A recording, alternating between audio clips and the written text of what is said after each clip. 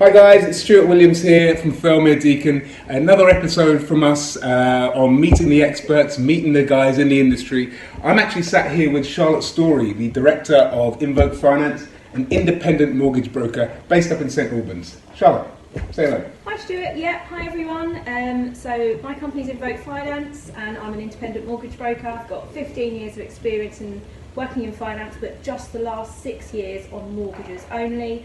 I deal with a whole range of clients, so it could be a first-time buyer, a next-time buyer or a property investor, and I have access to over about 120 different lenders. Superb. Okay. Well, what we do here is, as you know, we concentrate mainly on investors and buy-to-let. And what I wanted to put out today was just a few very, very basic mortgage questions that not everybody knows, the frequently asked questions that not everybody knows the answers to. So if you'll indulge me, first one would be, what's the difference between capital, repayment and interest only? Okay, surprisingly I do get asked this question quite a lot, even though it's so simple. So interest only does mean, quite frankly, that you are just paying the interest on that mortgage. Okay. So at the end of the term of the mortgage, the actual capital balance will remain because you've only paid the interest. If you take a capital repayment mortgage, it means that you're paying both the capital and the interest, and at the end of the mortgage term, the whole mortgage is paid off. Okay, super.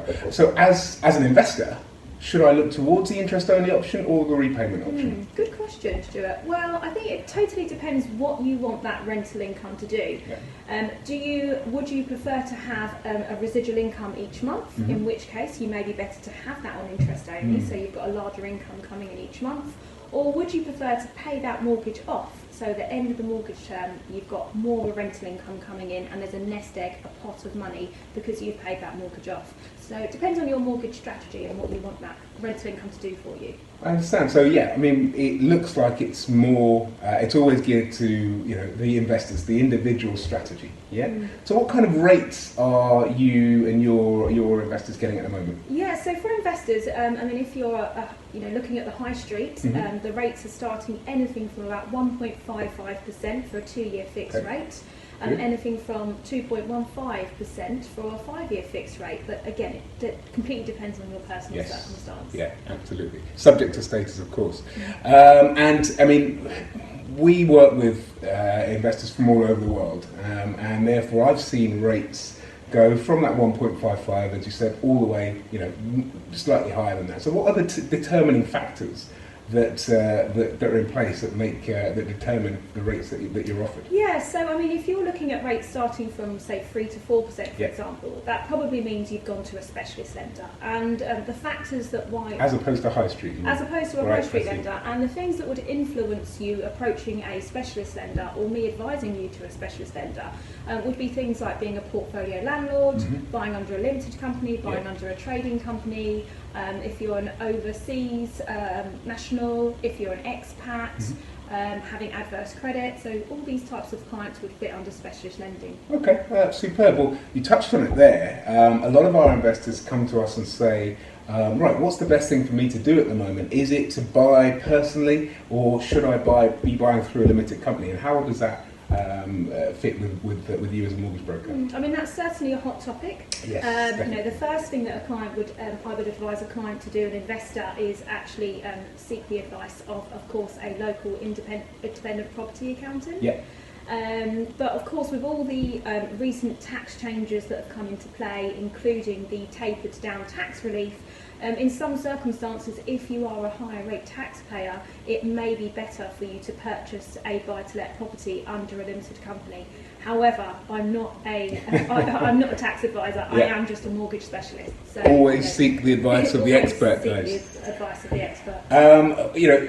I think you just touched on it there. I mean, in this day and age of robo-advice and click here for a quote, etc., what role really does the mortgage broker play nowadays?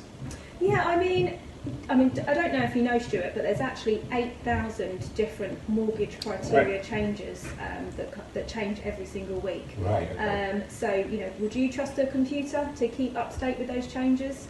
Probably not. If you see an independent mortgage advisor, we have access to over 120 different lenders, many specialist products. And it's not just about the rates, it's also about the actual advice and the support that you get. I will help guide my client from start to finish. So it's the overall service and the relationship that you build up with that person as well. I think that's absolutely key. I think, in my experience, property and building a portfolio is about relationships, isn't it? So securing your power base, your mortgage broker, your trusted agent, and your tax accountant. You know, these are the cornerstones of a good team when building a buy-to-let property portfolio.